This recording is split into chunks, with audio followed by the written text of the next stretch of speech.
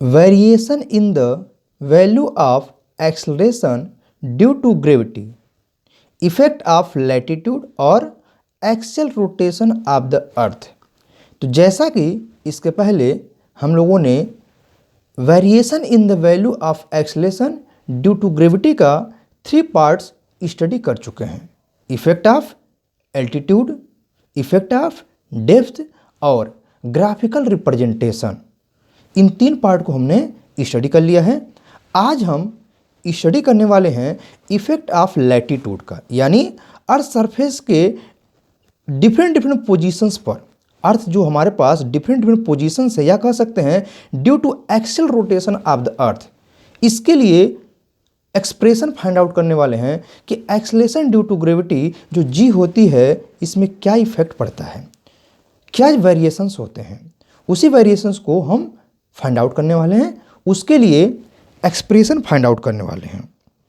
यदि आपने अभी तक हमारा उन पार्ट्स को, जो वीडियोज हैं जो इसके पहले हमने बनाया है, अपलोड किया गया है, उसको नहीं देखा है तो उसको देख लीजिए। उसका लिंक डिस्क्रिप्शन बॉक्स में डाल दिया गया है, उसका लिंक डिस्क्रिप्शन बॉक्स में है, वहाँ से देख लीजिए। फिर इसको स्टार्ट करते हैं। तो जैसे कि हम जानते हैं कि अर्थ अपने एक्सिस पर, जैसे हम देखें इस फिगर को, यहाँ पर क्या है, ये हमारे पास नॉर्थ और साउथ पोल है, ठीक ना। तो जैसा कि हम जानते हैं अर्थ क्या करती है, अपने एक्सिस पर क्या करती है, एक फिक्स्ड एंगुलर वेलोसिटी ओमेगा से रोटेट करती है। एक उसकी एंगुलर वेलोसिटी जो हमारे पास है ओमेगा जो होती है, तो उसकी वैल्यू हमको पता है वो क्या होती है 7.3 इंटू 10⁻⁵ रेडियन पर सेकेंड, ठीक ना। इस वैल्यू से क्या करती है, अर्थ अपने एक्सिस पर रोटेट करती है, जैसा इस फिगर में दिखाया गया है, ठीक। अब यहाँ पर हमें इसी रोटेशन का क्या करना है, इसमें क्या इफेक्ट पड़ रहा है उसी को फाइंड आउट करना है। तो जैसा कि हम जानते हैं 1 रोटेशन कितने टाइम में कंप्लीट होता है, तो 24 आवर्स में। 24 आवर्स मीन्स 1 डे में। अब 24 एग्जैक्ट जो टाइमिंग होता है उसको भी हमें जान लेना चाहिए। तो एग्जैक्ट टाइमिंग जो होता है 23 आवर 56 मिनट एंड 4 सेकेंड में एग्जैक्ट वैल्यू है, ठीक है, जिसे हम इसे 24 आवर्स कह देते हैं, ठीक। इतने टाइम में अर्थ अपने एक्सिस पर रोटेट करती है, ठीक। अब ड्यू टू रोटेशंस क्या होता है, तो अर्थ सरफेस पे हमारे पास डिफरेंट सर्कल्स फॉर्म करते हैं। क्यों? क्योंकि अर्थ जब रोटेट कर रही है, अर्थ की सरफेस पर जो भी बॉडीज होंगे, जैसे हम ही अपने आप को कंसिडर कर लें, हम अर्थ पर हैं, बिल्डिंग्स हैं, माउंटेन्स हैं, ट्री हैं, जो कुछ भी हैं सब अर्थ सरफेस भी है। तो सभी के सभी बॉडी क्या करते हैं, एक अर्थ के साथ ही साथ रोटेशंस करते हैं। उसी प्रकार हमने कंसिडर कर लिया है क्या, एक पॉइंट पी, ये हमारा ही पोजीशन मान सकते हैं, हम अपना ही पोजीशन मान सकते हैं, ये हमारा पोजीशंस है। एट एनी इंस्टेंट हमारे पास क्या है, ये पोजीशन हमारे पास पी है, ठीक है, जो कि हमारे पास, हम अपना मास खुद का कंसिडर कर लें कि स्मॉल एम हमारा मास है, ठीक। हम पॉइंट पी पर हैं, जो कि हमारे पास लैटिट्यूड कितना है, तो हमें लैटिट्यूड ही फाइंड आउट करना था। पॉइंट पी का सेंटर, अर्थ के सेंटर से लैटिट्यूड कितना, लैम्डा फॉर्म कर रहा है, ठीक। अब जैसा कि हम जानते हैं रेडियस जो अर्थ की होती है वो आर ई है, तो हमारे पास ये डिस्टेंस, ये भी डिस्टेंस, ये डिस्टेंस, ये डिस्टेंस, ये डिस्टेंस सब क्या रेडियस के इक्वल होगा, यानी ओ पी भी हमारे पास सब ये रेडियस इक्वल हुआ। और अर्थ का मास हम मान लेते हैं वो एम ई है, ये तो होता ही है, ठीक। तो मास ऑफ अर्थ मिल गया, ठीक। अब ड्यू टू रोटेशन जो भी बॉडी रोटेट करेगा तो सभी बॉडी, यानी हम अपने पोजीशन भी देखेंगे, हम भी क्या करेंगे, ओमेगा से ही रोटेट करेंगे, क्योंकि अर्थ ओवरऑल ओमेगा से रोटेट कर रही है, ठीक। तो जरा आप देखें, अगर हम कंसिडर कर ले in the absence of rotations हम कंसिडर कर ले रहे हैं एक्सलेशन ड्यू टू ग्रेविटी क्या होती है, जी होती है। यानी हमने कहा in the absence of rotation means अगर हम मान लें कि अर्थ सरफेस पे एक्सलेशन ड्यू टू ग्रेविटी क्या है, जी है, ठीक।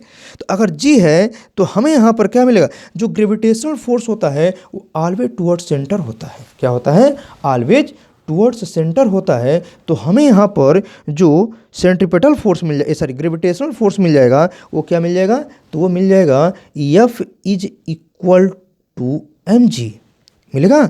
और ये होगा क्या, in the direction of PO, देखें फिगर में दिखाया गया है, ठीक ना। हमारे पास ये डायरेक्शन क्या है, PO डायरेक्शन में,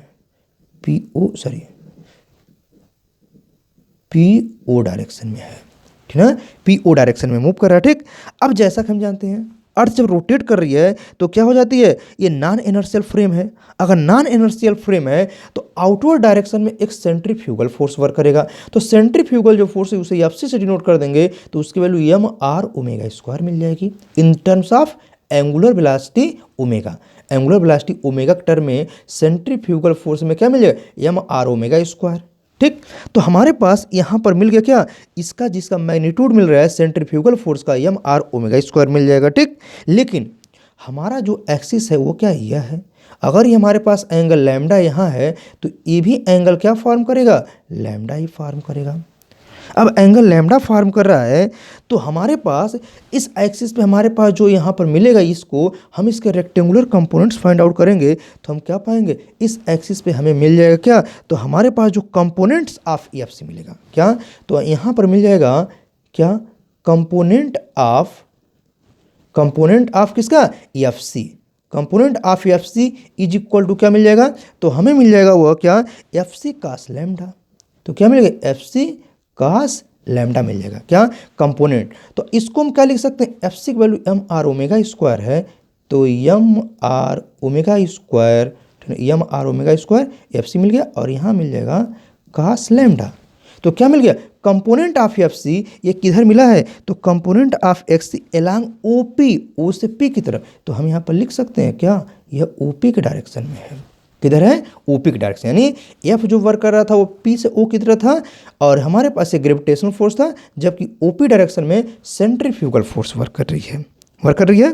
ठीक, अब जरा देखें, अब हमारे पास एक फोर्स इधर लग रहा है, एक फोर्स इधर लग रहा है, तो नेट फोर्स में क्या मिल जाएगा, तो जो नेट फोर्स मिलेगा उसे एफ नेट से मान सकते हैं। तो एफ नेट जो मिलेगा वो क्या मिलेगा, तो ये मिल जाएगा हमको क्या, ये वैल्यू एफ थी, एफ माइनस, क्योंकि डायरेक्शन इसका इधर है और इसका डायरेक्शन इधर है, तो एफ माइनस में क्या मिल जाएगा, एफ सी cos लैम्डा मिल जाएगा।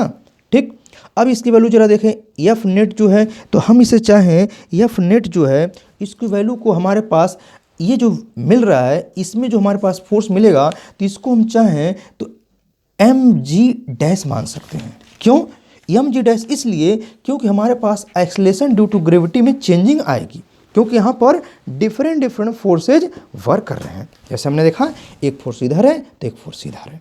ठीक, दिस ये इक्वल टू क्या हो जाएगा, ये हमारे पास ये मिलेगा, एम जी मिल जाएगा माइनस एफ सी की वैल्यू, cos लैम्डा की वैल्यू हमारे पास क्या है, तो M R omega square cos lambda.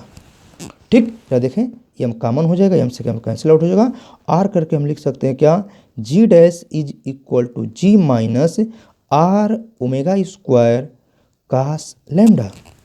ठीक ना, ये वैल्यू हमको मिल जाएगी। ठीक, तो जी डैश की वैल्यू हमने फाइंड आउट किया। अब जरा फिगर से देखें, हमारे पास जो फिगर बना रहा है यहाँ पर, ये हमारे पास पी ओ, इसे क्यू मान सकते हैं। ठीक ना, इसमें हमारे पास अगर एंगल लैम्डा है तो इस फिगर से हम cos लैम्डा फाइंड आउट करें तो हमें cos लैम्डा मिलेगा क्या, तो cos लैम्डा होता है क्या, इस फिगर में देखें, अगर ये लैम्डा है तो हम चाहें तो इसको देखेंगे, ये भी एंगल लैम्डा मिलेगा, R अपान आर ई, मीन्स हमें मिल जाएगा क्या, R अपान आर ई। और हम यहाँ करना चाहें स्मॉल r की वैल्यू मिल जाएगी क्या, यहाँ से फाइंड आउट करना चाहेंगे तो स्मॉल r की वैल्यू मिल जाएगी हमको क्या, R E cos lambda. Therefore ये इक्वेशंस क्या बन जाएगा, तो ये मिल जाएगा G dash is equal to G minus R के प्लेस पर आर ई, तो आर ई ये पुट हमने कर दिया, ओमेगा स्क्वायर रख दिया, और ये मिल जाएगा cos, इस ये लैम्डा है cos lambda means cos square lambda. ठीक ना, तो ये हमारे पास क्या मिल गया, यही मिल गया expressions. Acceleration due to gravity में जो चेंजिंग आ रही है ड्यू टू लैटिट्यूड या due to axial rotation of the earth, due to axial rotation of earth, जो हमारे पास यहाँ पर जो चेंजिंग मिल रही है उसकी वैल्यू क्या मिल जाएगी, यही मिल जाएगी। ठीक ना, तो ये हमारे पास फार्मूला ड्राइव हो गया। अब इस फार्मूले के आगे हम कुछ कंक्लूजन निकालना चाहते हैं क्या, यानी हमारे पास जो जी की वैल्यू है वो अर्थ के हमारे पास लैटिट्यूड, हमारे पास ये लैटिट्यूड में जो चेंजिंग आ रही है ना, जैसे जैसे मूव करेंगे हमारे पास का इस पोजीशन पर थे यहाँ पर गए, तो लैटिट्यूड में जो चेंजिंग आएगी, इस चेंजिंग का क्या क्या इफेक्ट पड़ने वाला है। तो सबसे पहले हम जरा देखें पोल पे फाइंड आउट कर लें, एट पोल्स जरा देखें, तो पोल्स पर हमारे पास क्या मिलने वाला है, तो एट पोल्स। क्या मिलेगा? पोल्स पर हमारे पास ध्यान रखें लैम्डा की वैल्यू क्या मिल जाएगी, तो पोल्स पर हमारे पास लैम्डा की वैल्यू क्या मिलेगी? 90 डिग्री। अरे हमारे पास यहाँ पर वैल्यू जो दिख रही है ये P इस पोजीशन से यहाँ पर पहुँचेगा तो एंगल 90 बन जाएगा। तो हमारे पास at poles lambda is equal to 90 degree. Therefore हम क्या कर सकते हैं? देयरफॉर यहाँ पर मिल जाएगा क्या?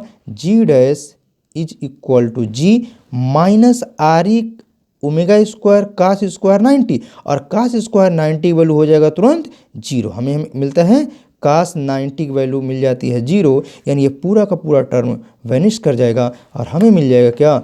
G dash is equal to G। ठीक, तो हम क्या देख रहे हैं? Acceleration due to gravitic value due to axial rotation, या कह सकते हैं due to effect of latitude. Pole पर कोई इफेक्ट नहीं पड़ेगा, जो सरफेस पर होगा वही पोल पर मिल जाएगा। ठीक, अब जरा ऑन इक्वेटर देख लेते हैं। सेकंड केस ऑन इक्वेटर, तो यहाँ पर लैम्डा क्या मिलेगा? तो यहाँ पर लैम्डा हम जरा देखें तो हमें लैम्डा यहाँ पर क्या मिलेगा? पॉइंट क्यू पर 0 डिग्री। क्या मिलेगा? 0 डिग्री। तो ये 0 डिग्री पुट कर देंगे तो ये मिल जाएगा therefore G dash is equal to G minus क्या? आर ई ओमेगा स्क्वायर, और कास लैम्डा तो जैसा हम जानते हैं क्या? कास 0 की वैल्यू होती है 1, तो ये वैल्यू 1 हो जाएगी, तो G minus R E omega square. तो हमारे पास जो वैल्यू मिल जाएगा G डैश की वैल्यू एट इक्वेटर वो मिल जाएगा G dash is equal to G minus R E omega square. यानी हम ये देख रहे हैं इससे कंक्लूजन क्या निकल रहा है? कंक्लूजन ये निकल रहा है कि पोल को छोड़ दिया जाएगा, अगर पोल के अलावा ड्यू टू द हमारे पास क्या मिल रहा है? इफेक्ट ऑफ लैटिट्यूड कहें या due to the axial rotation of the earth, तो अर्थ के एक्सल रोटेशन कारण ओवरऑल सरफेस पर यानी लैटिट्यूड जो भी होगा उस पर एवरीवेयर हमारे पास कास जो लैम्डा की वैल्यू आ रही है उसमें वेरिएशन जरूर होगा, और डिफरेंट एंगल पर डिफरेंट हमारे पास क्या मिलेगा? यानी डिफरेंट पोजीशंस पर डिफरेंट एंगल मिलेगा, और डिफरेंट एंगल पर कास की वैल्यू डिफरेंट मिलेगी। यानी हमें क्या मिलता है? वह हमारे पास यहाँ पर क्या मिलेगा? पोल पर मैक्सिमम G की वैल्यू मिलेगी G is equal to G dash, जबकि यहाँ पर मिनिमम मिलेगा, और यहाँ पर मिनिमम टू मैक्सिमम, यानी इधर हम जाएंगे तो हमें क्या मिले? Acceleration due to gravitic value increase करेगी। मीन्स हम क्या हो? हम अगर इक्वेटर से पोल की तरफ बढ़ते हैं, कहाँ जाते हैं? इक्वेटर से पोल की तरफ बढ़ते हैं तो G की वैल्यू क्या होती है? इंक्रीज करती है। इसी प्रकार हम इधर भी देख सकते हैं, इक्वेटर से हम वो नॉर्थ पोल था साउथ पोल की तरफ भी आएंगे, G की वैल्यू इंक्रीज करेगी। यानी इक्वेटर से पोल की तरफ हम बढ़ेंगे तो एक्सेलेरेशन ड्यू टू ग्रेविटी की जो वैल्यू G है इसमें इंक्रीमेंट होगा। क्या होगा? इंक्रीमेंट होगा, यानी हमारे पास पोल पर G की वैल्यू मैक्सिमम मिलेगी। ठीक, अब यहाँ पर हम क्या करना चाहें? अभी जो फार्मूला हमारे पास आया है इस फार्मूले को कुछ और भी पार्ट हम लिखना चाहते हैं। जैसे पोल वाला फार्मूले को हम चाहें तो कुछ इस प्रकार भी लिख सकते हैं, जैसे तो G डैश के जगह पर क्या कर दें? इसे हम G पोल मान लें तो क्या लिख सकते हैं? तो G pole is equal to इस फार्मूले का यूज करते आएंगे तो जो अभी हमने शुरुआत में फाइंड आउट किया था तो वो क्या मिल जाएगा? तो GME अपान क्या? R E of whole square, ठीक ना? R E of whole square pole पर ये वैल्यू मिल जाएगी, ठीक ना? और इसी प्रकार इक्वेटर को जो मिलेगा तो G इक्वेटर ये क्या मिल जाएगा? तो ये मिल जाएगा GME upon R E of whole square equator मिलेगा।